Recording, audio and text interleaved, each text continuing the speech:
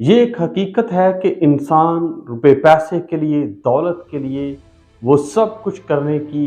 और वो सब कुछ कर देता है और वो सब कुछ कर गुजरता है जो उसे शायद नहीं करना चाहिए। वो ये चाहता है कि उसकी ताकत और उसकी दौलत में दिन ब दिन इजाफा हो और वो अपने पास दौलत के अंबार लगा दे और वो इतना ताकतवर हो जाए कि कोई शख्स भी उसका मुकाबला ना कर सके। और ये इंसान सारी चीज़ें जो है जो इकट्ठी करने की कोशिश करता है, जो कि बिलाखिर इस दुनिया में रह जानी है और जिसके लिए वो दिन रात मेहनत करता है, उसका उसे कुछ फ़ायदा नहीं होगा। आज हम एक ऐसे शख्स के बारे में जानने वाले हैं जो तख्त ताज के लिए, जो अपने बाप से भी लड़ने से नहीं डरा, जिसने तख्त हासिल करने के लिए ऐसी बड़ी साजिश की कि उसे अपनी जान से हाथ धोना पड़ा। और आज हम बात करने जा रहे हैं मुक़द्दस दाऊद और अबी सलूम के बारे में। अबी सलूम जो है, जब उसने अपने भाई अमून को कत्ल कर दिया और कत्ल करने के बाद बचने के लिए वो जसूर के मुल्क में चला गया। जब वो वहाँ पर चला गया और उसे 3 वर्ष गुजर गए तो उसका बाप यानी दाऊद जो है उसका दिल बेकरार होने लगा। वो अपने बेटे से मिलना चाहता था लेकिन वो मिल नहीं पा रहा था। और दाऊद जो है, जो कि बाप है और उसकी ख्वाहिश है कि अपने बेटे से मिले, तो उसका एक सिपा सलार, उसका दस्ते रास्त योआब जो है इस बात को जान लेता है कि दाऊद जो है वो अपने बेटे से मिलने के लिए बेकरार है। और योआब एक काम करता है कि वो एक ऐसी खातून तलाश करता है जो अदाकारी कर सकती हो, जो अपने आप को इस तरह से पेश करे कि वो फरियादी है, फरियाद करने आई है। और वो औरत जो है अपने आप को फरियादी के तौर पर बादशाह के हुजूर मिलाती है और बादशाह से फरियाद करती है कि बादशाह, मेरा शौहर पहले ही से मर चुका है और मेरे 2 बेटे थे, वो आपस में लड़ पड़े और एक बेटे ने दूसरे बेटे को हलाक कर दिया और जो बेटा जिंदा है वो दूर है और मेरे रिश्तेदार चाहते हैं कि उसे हलाक किया जाए, उसे वापस बुलाया जाए, और अगर वो बेटा हलाक हो गया तो मेरे पास कुछ नहीं बचेगा। तो दाऊद बादशाह को उस पर तरस आता है और बादशाह से कहता है कि तेरे किसी बेटे को हलाक नहीं किया जाएगा। और तब वो औरत कहती है कि बादशाह, तुझे अपने बेटे अबी सलूम को वापस बुलाना चाहिए ताकि वो अपने रिश्तेदारों में आए, अपने घर में आ सके।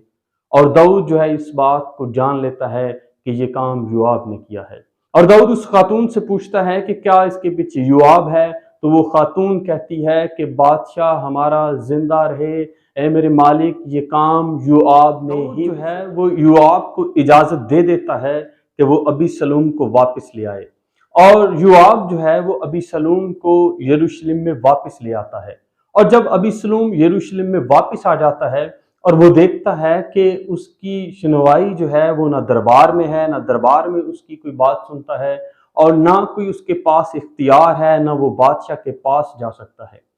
तो जो अबी सलूम है वो योआब को बुलाता है कि तूने मुझे यहाँ पर क्यों बुलाया, बेहतर था कि मैं वहीं पर रहता और वहीं पर मर जाता। और योआब जो है ये सारी बातें दाऊद के कान में कहता है और दाऊद जब इस बातों को सुनता है तो वो अपने बेटे से सुलह कर लेता है। और जब लोगों को मालूम होता है कि दाऊद और अबी सलूम की सुलह हो चुकी है तो अबी सलूम जो है वो अपने लिए 50 आदमी लेता है, रथ बनवाता है, घोड़े तैयार करता है ताकि लोग उसका रोब माने। और अबी सलूम जो है अपने आप को लोगों के सामने इस तरह से पेश करता है कि वो लोगों के फैसले करता है और लोगों को बताता है कि अगर मैं काजी होता, अगर मैं इंसाफ करने वाला होता तो हर शख्स को बर वक्त इंसाफ मिलता। वो अपने आप को इस तरह से पेश करने लगा कि लोग उसकी तरफ अट्रैक्ट होने लगे। वो लोगों के साथ शफकत और नरमी से बात करता और लोगों से हमदर्दी जाहिर करता और लोग उससे मोहब्बत करने लगे। अब वक्त आ चुका था कि अबी सलूम जो है वो अपने आप को बादशाह डिक्लेयर करे, ऐलान करे कि वही बादशाह है। और अबी सलूम जो है अपने बाप से इजाज़त चाहता है और हबरून में चला जाता है और वहाँ पर अपने जासूस इकट्ठे करता है और ऐलान करता है कि तुमने इस बात को जाहिर कर देना है कि हमारा बादशाह जो है वो अबी सलूम है। और इस सारी साजिश का आखिर पर दाऊद को पता चलता है कि इस सारी साजिश के पीछे जो है ना सिर्फ अबी सलूम बल्कि उसके करीबी साथी जो अखीतोफेल है, जिस पर दाऊद को बहुत ज़्यादा भरोसा है, वो भी उसके साथ मिल चुका है। اور داؤد جو ہے جب اسے معلوم ہوتا ہے کہ اس کا بیٹا جو ہے اس کے تخت کا وارث بننا چاہتا ہے اور اس کے جیتے جی اس پر قبضہ کرنا چاہتا ہے، تو داؤد اپنے ساتھیوں کو لے کر وہاں سے چلا جاتا ہے اور یروشلم سے نکلتے ہوئے وہ روتا ہے، اس کے سر پر کپڑا ہوتا ہے اور پاؤں میں جوتی نہیں ہوتی، اور وہ کہتا ہے کہ اس سے پہلے کہ خون کی ندیاں بہیں ہمیں یہاں سے نکل جانا چاہیے۔ اب جیسے ہی داؤد وہاں سے نکل جاتا ہے اور ابی سلوم تخت پر قبضہ کر لیتا ہے، تو ابی سلوم جو ہے اس بات کی تدبیر لگاتا ہے کہ اب ہمیں کیسے جو ہے وہ اس ساری سلطنت پر قبضہ کرنا چاہیے۔ تو وہ اخیتوفیل سے نہیں بلکہ ہوسی جو اس کا مشیر بن چکا ہے، جو کہ دھوکہ دے رہا ہے، وہ اس کے ساتھ مل جاتا ہے، اور اب ابی سلوم جو ہے وہ اس سے مشورہ کرتا ہے۔ اب وہ اخیتوفیل کی بات نہیں مانتا بلکہ وہ اور اب جب کہ جو ابی سلوم ہے اس نے اخیتوفیل کی بات کو رد کیا اور ہوسی کی بات کو مان لیا، اور وہ خود جنگ کی تیاری کرنے لگا۔ جب وہ جنگ کی تیاری کرنے لگا اور داؤد اور اس کے لوگ تیاری کرنے لگے، تو داؤد نے اپنے سپہ سالار سے اور اپنے افواج سے، اپنی فوج سے کہا کہ میرے بیٹے کے ساتھ نرمی برتنا۔ اور جب جنگ شروع ہو جاتی ہے اور اس جنگ کے اندر جو ہے ابی سلوم کو بری طرح شکست سے دوچار ہونا پڑتا ہے۔ وہ جب شکست کھاتا ہے اور وہ بھاگنے کی کوشش کرتا ہے، تو اس کا خچر جو ہے وہ ایک بلوط کے درخت کے نیچے سے جب گزرتا ہے، تو ابی سلوم کے بال جو ہیں وہ اس درخت سے اٹک جاتے ہیں اور خچر جو ہے وہ نیچے سے نکل جاتا ہے، اور ابی سلوم جو ہے وہیں پر لٹکا رہ جاتا ہے۔ اور جب ایک سپاہی کو پتا چلتا ہے کہ ابی سلوم جو ہے وہ ایک درخت کے ساتھ لٹکا ہوا ہے، تو وہ اسے ہلاک نہیں کرتا، بلکہ یوآب آتا ہے اور یوآب کہتا ہے کہ اسے ہلاک کرنا چاہیے تھا، لیکن وہ کہتا ہے کہ نہیں، کیا تو نہیں جانتا کہ بادشاہ نے خود کہا تھا کہ تم اسے ہلاک نہ کرنا، پھر میں اسے کیوں کر ہلاک کرتا؟ اور یوآب جو ہے وہ آگے بڑھ کر ابی سلوم کو خود ہلاک کر دیتا ہے، اور یوں ابی سلوم جو ہے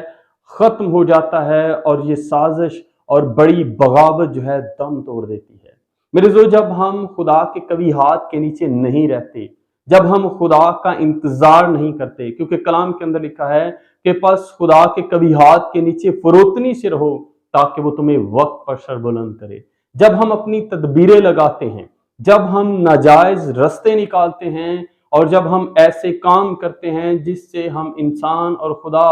دونوں کی نظر میں گر سکتے ہیں، جب ایسی تدبیریں کریں گے تو یقیناً ہمیں کچھ حاصل نہیں ہوگا بلکہ ہم نقصان اٹھائیں گے۔ اور اسی طرح لالچ میں آ کر، حسد میں آ کر تخت پر بیٹھنے کے لیے ابی سلوم کو اپنی جان سے ہاتھ دھونا پڑا۔